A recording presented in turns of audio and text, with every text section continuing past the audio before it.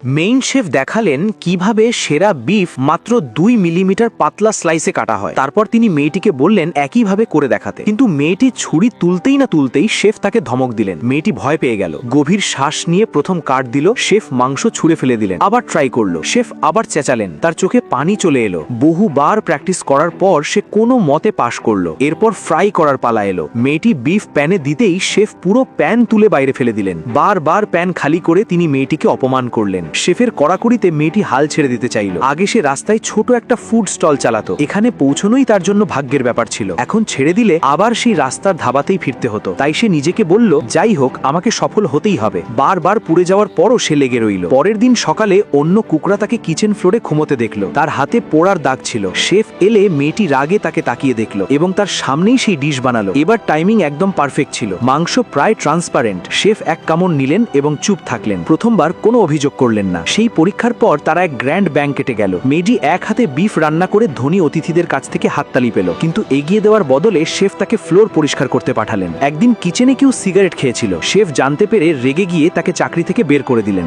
লোক কমে যাওয়ায় মেয়েটি আবার সুযোগ পেল। এবার অতিথি ছিল শুধু এক সাধারণ পরিবার। স্যুপ সার্ভ করার আগে শেফ টেস্ট করে পুরো স্যুপ ফেলে দিলেন। আবার বানানোর সময় ছিল না, তাই মেয়েটি ইনস্ট্যান্ট নুডলসের মশলা দিয়ে স্যুপ বানালো। আশ্চর্যের বিষয়ে পরিবারটি কোনো পার্থক্য বুঝল না, কিন্তু পরে শেফ রাগে পাগল হয়ে গেল। পরিবারের ছোট বাচ্চাটির সি ফুড অ্যালার্জি ছিল আর স্যুপে সি ফুড মেশানো ছিল। তিনি চিৎকার করছিলেন। এমন সময় হঠাৎ কেউ তাকে ছুরি মেরে দেয়। তাকে হাসপাতালে নেওয়া হয়। সেখানে দেখতে আসে শুধু সেই মেয়েটি। হাসপাতালে শেফ বললেন আসল শেফ কাকে বলে। ছোটবেলায় তার মা ধনীদের বাড়িতে কাজ করত। সে দেখত মালিকরা দামি ক্যাভিয়ার খেত। একদিন মেঝেতে পড়ে থাকা একটু ক্যাভিয়ার সে চেখে দেখে। স্বাদ ছিল ভীষণ খারাপ। তখনই সে বুঝেছিল ধনীরা স্বাদের জন্য নয়, শো অফের জন্য খায়। বছর পরে শেফ হয়ে সে এই ভাবনা থেকেই নাম কামায়। ধনীরা তার প্রশংসা করতে থাকে। সে নিশ্চিত হয়ে যায় সে ঠিকই আছে। এমনকি সে দামি উপকরণের বদলে সস্তা জিনিস ব্যবহার করত, তবু কেউ ধরতে পারত না। যেমন সেই সাধারণ পরিবারের ক্ষেত্রে। তারা ঋণে ডুবেছিল। বাবা, স্ত্রী আর মেয়েকে নিয়ে মরার প্ল্যান করেছিল। মরার আগে তারা শেফের কাছে শেষ খাবার বানিয়েছিল। তারা জানতেই নাকি যে তারা ইনস্ট্যান্ট নুডলসের মশলা খাচ্ছে। এ কথা শুনে মেয়েটির বিশ্বাস ভেঙে যায়। সে বুঝে যায় যে এই মানুষটি আসলে একজন ফ্রড।